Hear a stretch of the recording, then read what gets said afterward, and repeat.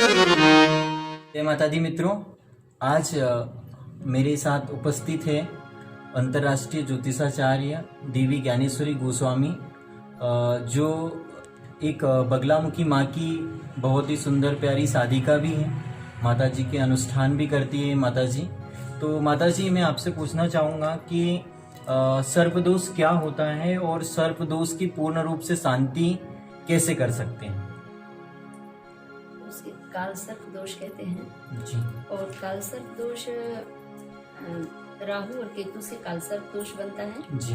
और राहु हो जाता है सर्प का मुंह और केतु हो जाता है सर्प की पूंछ। जी। इस प्रकार से काल सर्प दोष बनता है। और मूल काल सर्प दोष जो है 12 प्रकार के होते हैं। जी। और एक 12 प्रकार के काल सर्पों की शांति होती है। तो राहु और केतु के जाप से, अनुष्ठान से काल सर्प दोष की शांति होती है। काल सर्प दोष, जिस व्यक्ति को काल सर्प दोष होता है उसमें कैसी कैसी कुछ घटनाएं होती है क्या, जिस व्यक्ति को काल सर्प दोष होता है उसके जीवन में? जी, जैसे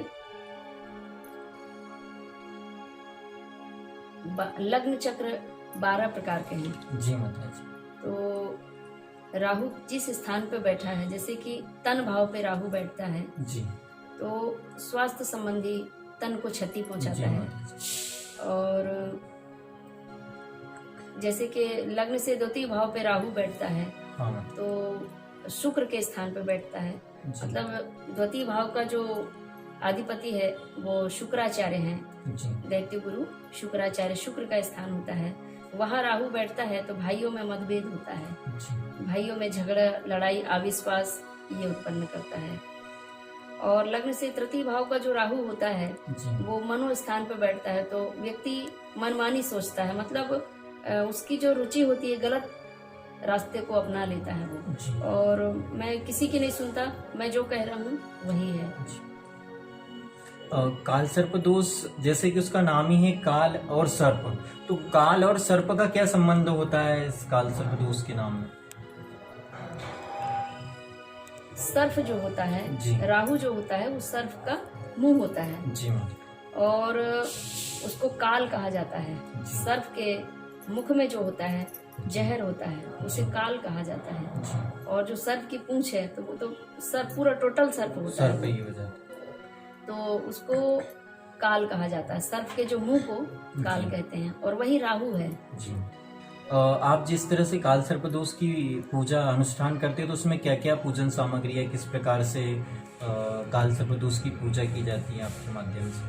काल सर्प की तो नवग्रह पूजन होगा, नवग्रह पीठ बनता है। और फिर जिस देवता की या जिस देवी के सानिध्य में हम पूजन कर रहे होते हैं, जैसे कि मैं करती हूँ तो मैं बाबा महाकाल के सानिध्य में रह के करती हूँ, क्योंकि वह काल जो है भगवान शिव के कंठ पे विराजमान है माला के स्वरूप में। तो मैं भगवान शिव की आराधना करती हूँ तो सर्वतोभद्र मंडल भी बनते हैं। आधार शक्ति पीठ माँ भगवती जगत जननी माँ बगलामुखी देवी के सानिध्य में रह के करती तो इनका आधार शक्ति पीठ भी बनता है। और फिर माँ भगवती का जाप तो होता ही होता है। हाँ। और राहु और केतु का अपना पर्सनल जाप होता है मूल शांति के लिए। और सांप भी बनाए जाते हैं क्या? नाग बनवाए जाते हैं। जी हाँ। जी। तो कितने दिनों का अनुष्ठान होता है काल सर्प दोष का? काल सर्प दोष का अनुष्ठान 21 दिन होता है। 21 दिनों का होता है।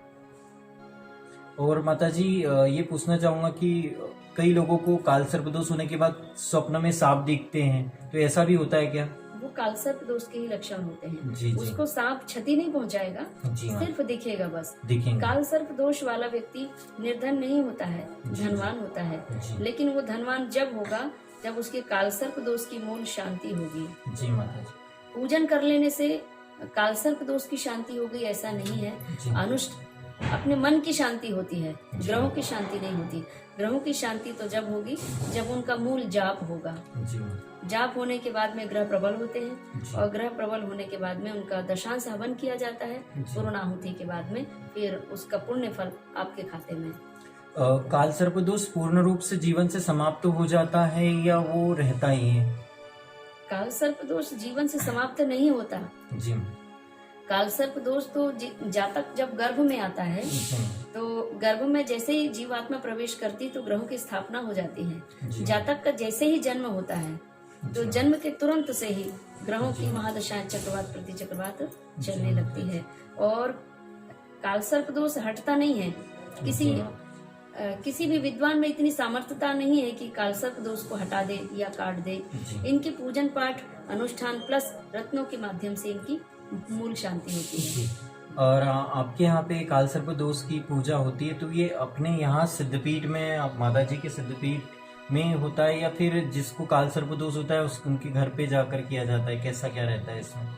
वैसे तो पूजन घर में हो सकती है सभी के जनमानस के घर में, लेकिन जो अनुष्ठान है वो अनुष्ठान घर में नहीं होते, वो घर से बाहर किसी मंदिर देवालय स्थान पे होते हैं। या अगर किसी के घर में होना है तो नया घर बना हो और गृह प्रवेश हुआ है उस समय अनुष्ठान प्रारंभ कर सकते हैं, क्योंकि महिलाएं रजस्वला से हर महीने जो उनका रजस्वला से होती है तो घर पवित्र और अपवित्र होते रहता है। तो अनुष्ठान जो है घरों में नहीं करना चाहिए, किसी मंदिर देवालय स्थान पे ही होना चाहिए। और लगभग जैसे जो कालसर्प दोष होता है इसमें पूजा सामग्री या लेके अनुष्ठान को लेके लगभग कितना खर्चा लग जाता है? पूजा पाठ और सामग्री जो लगती है इसमें वो कितना जाप कर रहे हैं ब्राह्मण जो है जी, वो कितना जाप कर रहा है ये उसके ऊपर है कि